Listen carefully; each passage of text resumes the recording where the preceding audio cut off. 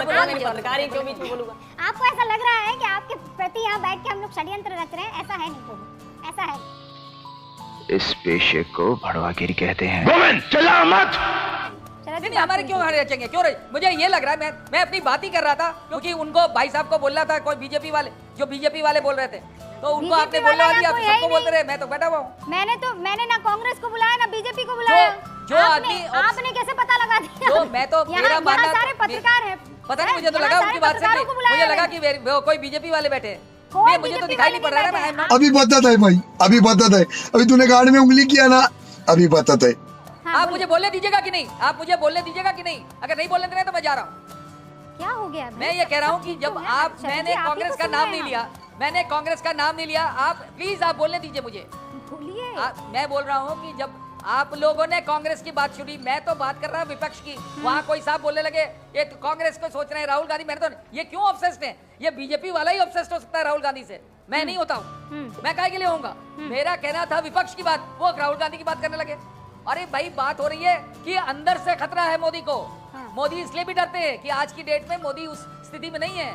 ये ठीक है, जो लोग अंधभक्त हैं वो तो यही सोचेंगे कि नहीं भाई मोदी तो भगवान है, भाई वो तो वो तो बायोलॉजिकली नहीं है, वो बायोलॉजिकल तो फिर वो लोगों के लिए ठीक है।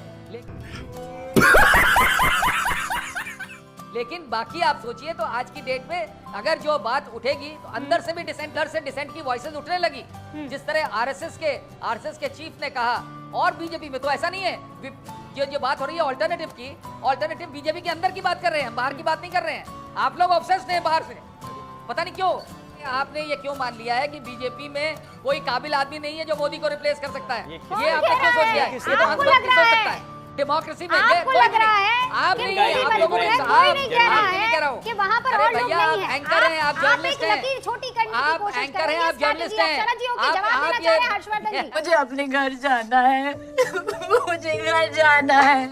देखिए ठीक है रूबिका, हम लोग टीवी डिबेट में होते हैं, अक्सर कोई प्रवक्ता आता है और किसी पत्रकार को कभी भाजपाई, कभी कांग्रेसी, कभी सपाई कह देता है।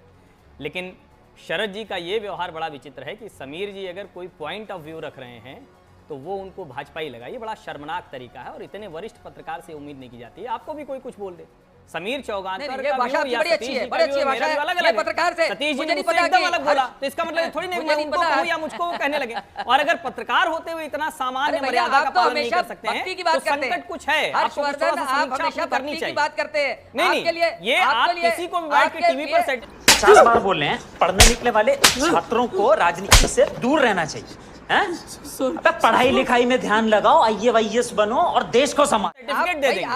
ये काम मत किया कीजिए। आप मुद्दों पर बात करें तो आप किसी के ऊपर बोल देंगे, वो भाजपा के प्रवक्ता हो गए। भाई आपको नेता लोग बोले तो समझ में आता है, उनको तो मजबूरी होती है, वो तो उनको चलना ही वैसे ठीक है। नहीं, आप भी वैसे बोल रहे हैं तो संकट। कोई पत्रकार बोले भक्तों की तरह तो शर्म आनी, गजब बेइज्जती है चाहिए उसे। मैं यही कह रहा हूं, पत्रकार जैसे आप बोल रहे हैं टीवी देखने वाले समझ लेंगे। आप मुझे शर्मनाक कह रहे हैं, आज आपको सुनते हुए मुद्दों की बात छोड़कर कोई भी व्यक्ति इस तरह के आरोप प्रत्यारोप, वो आपने काम किया, शर्मनाक काम किया है।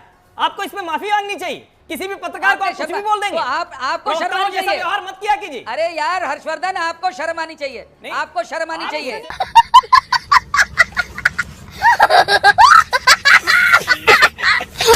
कहा जा रहा है मोदी जो है वो इस बार उतने मजबूत नहीं है जितना पिछली 2 सरकारों में थे।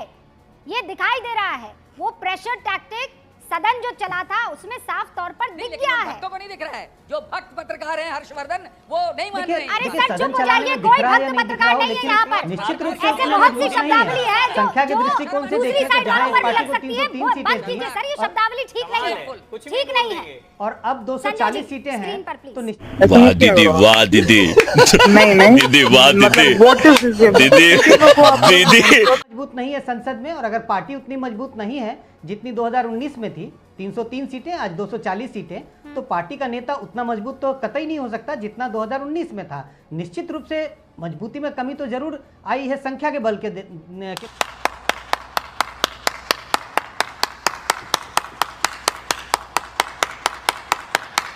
और अभी तो पार्लियामेंट के जुम्मे 5 दिन चले हैं। मुझे लगता है पूरा इंतजार करना चाहिए और 5 दिन के पार्लियामेंट के कार्यवाही पे सारा निष्कर्ष नहीं निकाल लेना चाहिए कि प्रधानमंत्री मोदी सहमे हुए दिख रहे थे, ये कमजोर दिख रहे थे। नीतियों को बनाने में जब कोई भी चीज़ों का पे डिस्कशन होगा तो निश्चित रूप से उन्हें ज़्यादा सलाह मशविरा करना पड़ेगा उनके अपने सहयोगी दलों से, क्योंकि उनके पास अपनी पार्टी के पास 2040 सीटें हैं। ये तो समझ रहे हो